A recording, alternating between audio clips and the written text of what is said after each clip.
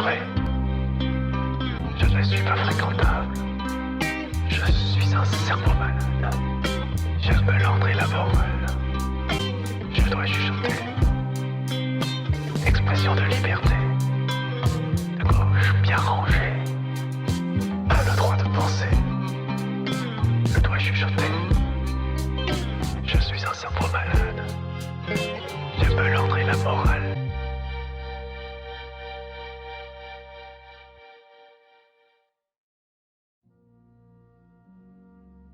Synthèse super décalée, super en retard, toutes mes excuses, problème de boulot, problème de bobo, problème de travaux.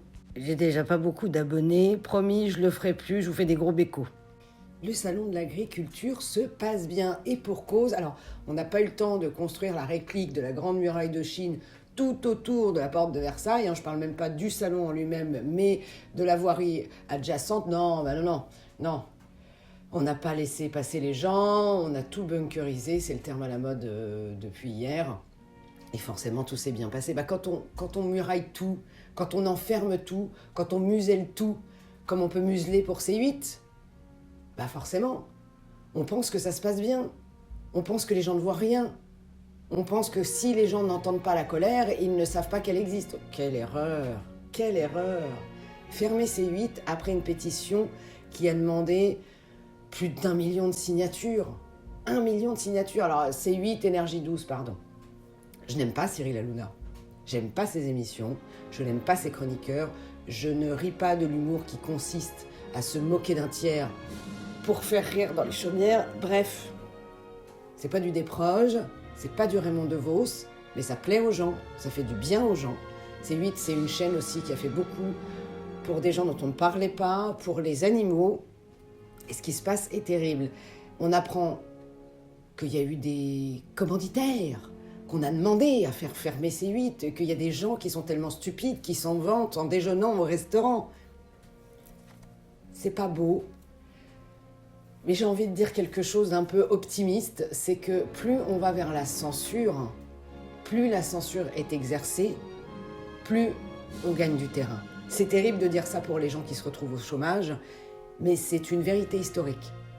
Ça prouve à quel point, à certains niveaux, les gens se sentent acculés. Et plus ils se sentent acculés, plus ils ont peur de perdre leurs privilèges, plus ils vont loin. Et à un moment donné, ça explose.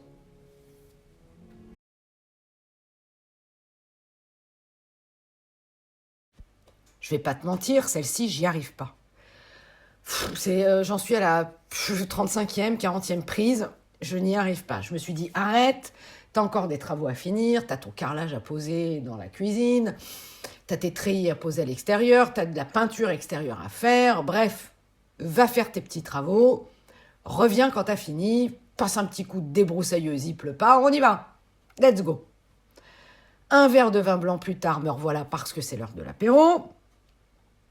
Et c'est toujours compliqué. Alors, on a la guerre en Ukraine. On voit très bien comment ça se passe. On sait que la guerre tue, que la guerre ne fait pas de détails. Elle se fout de ton âge, elle se fout est-ce que c'était ton heure, est-ce que c'était pas ton heure. Il y a des gens qui te diront c'était ton heure, d'autres qui te diront c'était pas ton heure. Bref, on va parler de cette femme et de ses 2 enfants, un nouveau-né et un gamin de 4 ans. Tu récupères lors d'une cérémonie macabre des restes. Parce que ça fait 1 an, grosso merdo, voire plus. Donc c'est des restes. Tu te dis déjà, guerre, pas guerre, otage, pas otage, quand t'as ça dans les mains, c'est-à-dire un enfant de 4 ans et un bébé de 10 mois, tu les rends tout de suite. Tu les rends tout de suite. Quelle que soit la raison, tu les rends tout de suite. Bon. Finalement, tu fais donc cette cérémonie macabre. Finalement, le corps de la mère, c'est pas le corps de la mère. Alors, est-ce qu'il y a eu un couac? Est-ce que dans la chaîne, il y a eu une rupture? Tu ne sais pas ce qui s'est passé. On s'est trompé dans le code barre. Finalement, on récupère la bonne mère. Tu vois que les enfants et la mère n'ont pas été tués sous les bombes, comme ça a été indiqué, mais étranglés. Et qu'après, il y a quand même un mec. Il y a un mec qui a mutilé les corps, encore une fois, d'un enfant de 4 ans et d'un nouveau-né pour faire croire aux bombes. Voilà. Je pense à Rachel Kahn. J'ai une pensée pour Rachel Kahn que j'ai vue sur CNews qui pleurait et qui disait que Rima Hassan est une ordure. On va en parler de Rima Hassan. On y vient. Forcément, on y vient. Bref. Donc tu as ça, et puis après tu as une autre cérémonie lors de la libération d'autres otages, où tu vois, je vais me resservir un verre de pinard, c'est pas possible, où tu vois des otages libérés et d'autres otages qui regardent les otages être libérés, et les autres leur disent nananananer, toi tu sortiras pas maintenant. Mais qu'est-ce que c'est que ça? Je bois un coup, je te jure, je bois un coup. Mais qu'est-ce que c'est que ça? Moi, dans mon cerveau, ça passe pas. Dans mon cerveau, il y a un truc, il y a une erreur 404. Tu te dis, c'est pas... Non, dans mon cerveau, bref, ça passe pas. Oh. Donc voilà, on a le Hamas, on a le djihad islamiste, on a le Fatah, on a le FPLP, bref, le club des quatre, tout ça qui est bien content. Et tu te dis, je suis chrétienne. Jésus-Christ, c'est mon pote. Tu te dis, Satan existe. Tu te dis, je sais à quelle oreille Satan murmure. Aux oreilles de ces mecs-là. On parle aussi des personnes qui ont arraché les images des otages. Bon, tu te demandes, ça n'a rien à voir avec la guerre, ce sont des otages. Bon, apparemment, ça plaît pas, donc on arrache. On a ensuite notre petit cochon Ercilia Soudet qui n'était pas contente à l'époque, qui se disait harcelée parce qu'on avait mis la photo du petit Bibas sur la porte de son bureau. Bon, bah là, elle a récupéré la dite photo pour sortir un joli petit tweet et nous expliquer qu'il fallait pas faire de récupération politique. On a ensuite Mono Sourcil Rima Hassan qui, elle... Alors, je suis contente, il y a quelqu'un qui est comme moi, qui pense comme moi, il y a une pétition qui circule pour la déchéance de la nationalité de cette personne. Voilà, c'est très bien. Donc, elle nous explique que c'est Israël qui a tué les enfants Bibas avec une bombe. Je suis sûre que depuis les autopsies, elle se dit « Ah, mais moi, j'étais pas là avec le médecin légiste. » Bref, une grosse crasse. Ensuite, on a le magazine de Gaucho en société payé avec vos impôts qui nous posait la question, parce que la question semblerait légitime, Hamas, une organisation toujours dangereuse. On continue avec les fils de pute, on enchaîne sur le gouvernement algérien qui s'est permis de dire à Boualem Sansal qui est un otage. Voilà Boualem, ce serait sympa que tu changes d'avocat parce que le tien, il est un petit peu trop juif. Ce à quoi Boualem a répondu, eh ben, puisque c'est comme ça, moi j'arrête de bouffer. Vive la République, vive la France.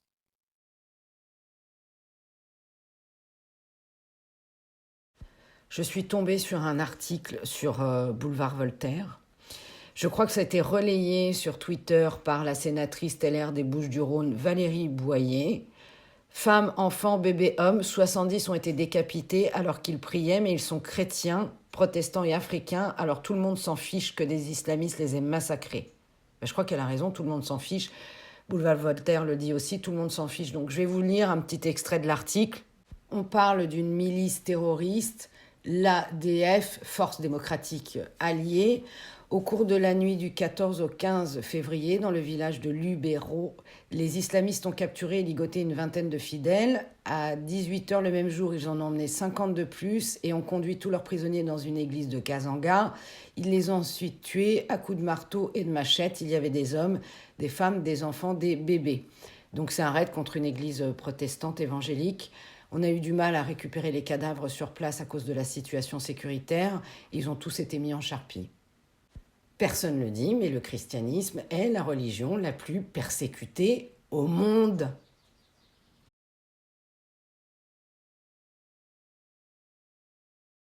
J'entends que les Français en ont marre de payer toutes ces cotisations sociales. J'entends qu'ils pensent qu'il faudrait supprimer le RSA. C'est fou comme on arrive à détourner le regard du Français en lui faisant croire que ce qui va pas bien chez lui, c'est de la faute de son voisin. Du coup, je vous invite à chercher Monsieur Guillaume Bigot, B-I-G-O-T, qui a enquêté et rédigé un rapport pour la Commission des Affaires étrangères de l'Assemblée nationale. Donc Monsieur Bigot, sur X ou qui a une chaîne YouTube, nous informe d'un scandale d'État à 50 milliards d'aides publiques au développement. Et alors ça, c'est pas piqué des hannetons. Mais qu'est-ce qu'on peut bien financer? Alors, on a financé 10 millions d'euros en Éthiopie sur les inégalités de genre. On a financé 25 millions d'euros en Algérie pour les quartiers défavorisés. Et là, on peut dire que l'Algérie nous le rend bien. Voilà. On a 100 millions d'euros pour les seniors en Chine. On a 250 chameaux en Mauritanie. Et on a des mixeurs dans les écoles qui n'ont pas d'électricité. Donc ça, c'est l'Agence française de développement, l'AFD, qui finance aussi la transition énergétique de l'Afrique du Sud pour l'arrêt du charbon, pendant que nous, on rouvre des centrales à charbon en France et en Allemagne. Un petit peu schizophrène, tout ça. Et il faut savoir que tous ces projets financés par la France ne sont même pas réalisés majoritairement par des entreprises françaises, mais des entreprises chinoises. Rappelez-vous, on donne des sous pour leurs seniors. Et donc l'AFD gonfle même la participation des entreprises françaises pour éviter que ça ne se voit trop. On va juste finir comme ça parce que c'est très drôle et c'est typiquement français. Donc l'AFD, elle dépend de plusieurs ministères. Alors ça lui permet de s'en sortir car quand Bercy lui demande des comptes, elle répond qu'elle dépend de la diplomatie et quand les diplomates l'interrogent, elle n'y peut rien car c'est une banque. Là, je vous cite Guillaume Bigot, donc je vous invite activement à aller lire son rapport.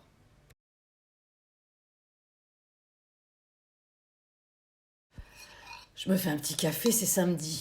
Bon, et bien là, ce matin, je me suis réveillée en me disant « Oh, il y a parfois des moments où j'aimerais bien être gauchiste. » Ah si, quand même. Gauchiste du monde de la culture, politique ou du service public. Si, parce que, regarde déjà, chez les filles, tu peux être antisémite et tu dors bien. Et t'es bien. Et puis après, tu peux être de gauche comme ça, et puis ne pas avoir de mémoire. Tu dors bien, tu penses pas à Gérard Miller, tu penses pas à Cohn-Bendit, tu penses pas à Jacques Lang, tu penses pas à tous ces trucs-là ignobles. Tu dors bien. Cette semaine, un bel exemple de gauchiste décomplexé, Christophe de Chavannes. Ah bah lui, il a le pompon. Écoutez, sur une route à 80 km/h, on le retrouve à 120. La seule différence entre lui et Palmade, c'est paf le chien, concrètement. Et lui, il n'est pas comme nous. Parce que lui, quand il se fait interpeller, il faut avoir l'indigence de penser que c'est festif. Alors, quand tu te dis que c'est festif depuis Ciel Montmardi et que le mec, c'est un super bon pote de Delarue, vraiment, tu vois, être de gauche, t'es bien dans tes pompes. Et là, il nous explique aussi que c'est pas de sa faute, que c'est pas lui, que c'est à l'insu de son plein gré, qu'il aurait roulé des pelles à quelqu'un qui aurait consommé de la cocaïne. C'est pas pareil. Donc il est revenu sur sa déposition. Mais détente! Le gars est détente. Et alors figurez-vous que ça m'est déjà arrivé de rencontrer une gauchiste comme ça, à peu près le même débat, même problème. Elle me dit, oui, tu te rends compte, c'est une honte, j'ai perdu mon permis parce qu'un jour, en sortant de rêve party, j'ai été testée positive à la cocaïne. J'ai dû boire dans le verre de quelqu'un qui avait pris de la cocaïne. Je lui dis, oh mon Dieu, mais c'est incroyable, mais t'avais pas pris de cocaïne? Elle me dit, si, mais dans les toilettes. Alors ça ne compte pas.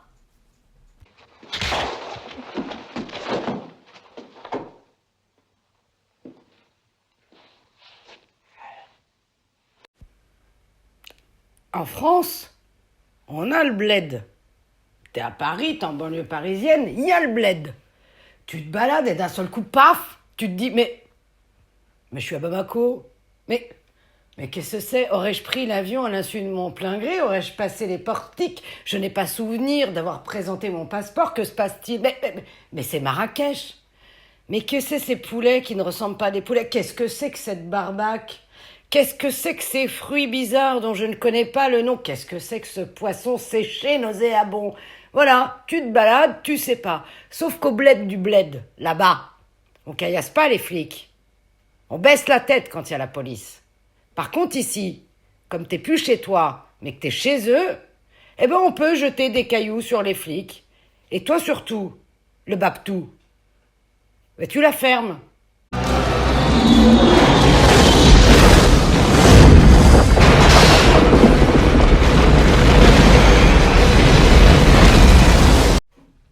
Il y a eu le docteur Petiot et puis il y a le docteur Simès.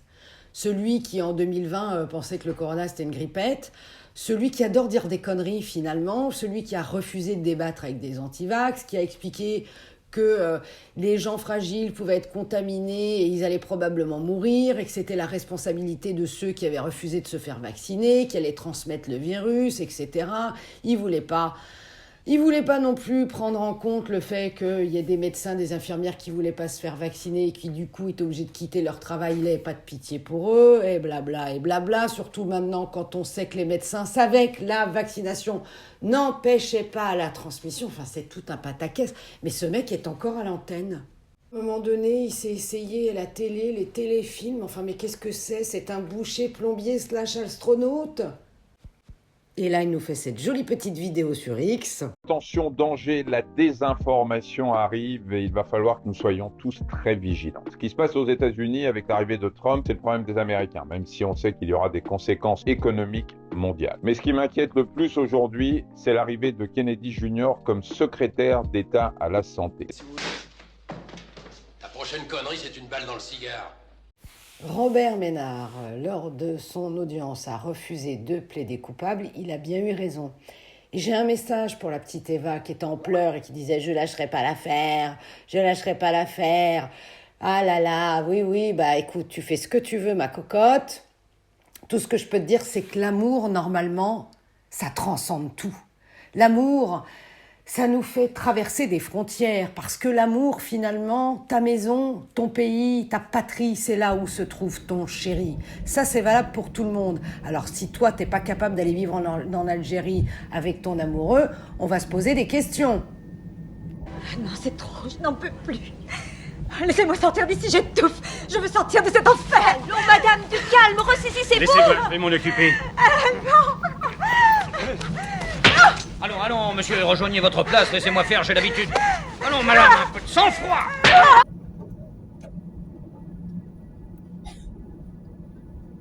Combien on en a des OQTF qui sont en résidence sécurisée, qui doivent pointer, il faut pas s'en inquiéter, on te les dissémine un peu partout, comme ça, en France. Combien il y en a? Hein?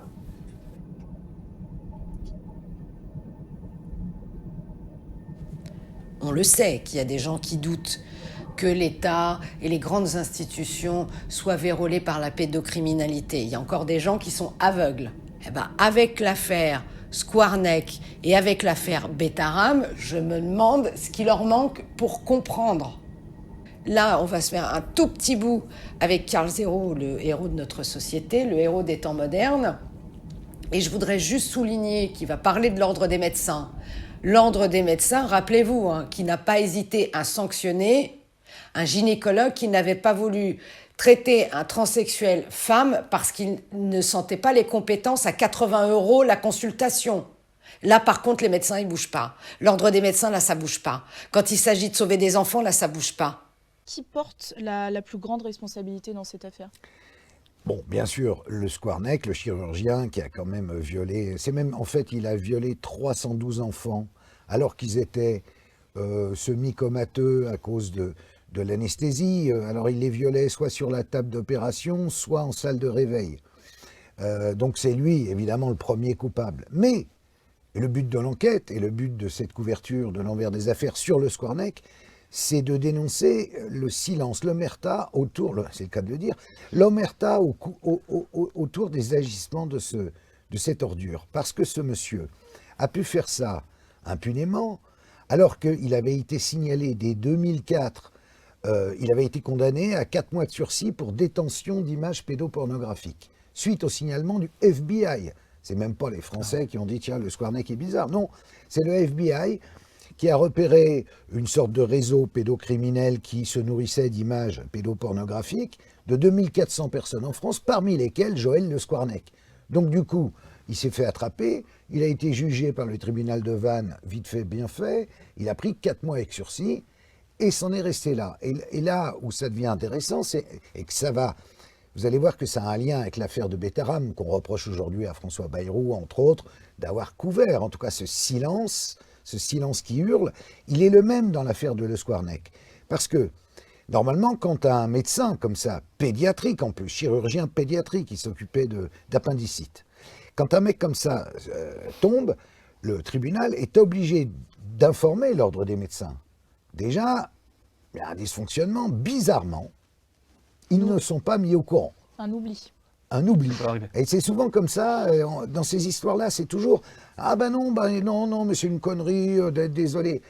Mais en fait de conneries, ça va quand même un médecin qui s'occupe d'enfants, qui est tout le temps fourré devant des sites pédopornographiques et qui il ne produit pas lui-même d'images, mais il les héberge et d'autres peuvent les voir et ainsi de suite. Donc c'est quand même suffisamment grave pour qu'ils soient radiés, qu'on prévienne l'ordre des médecins. Bon.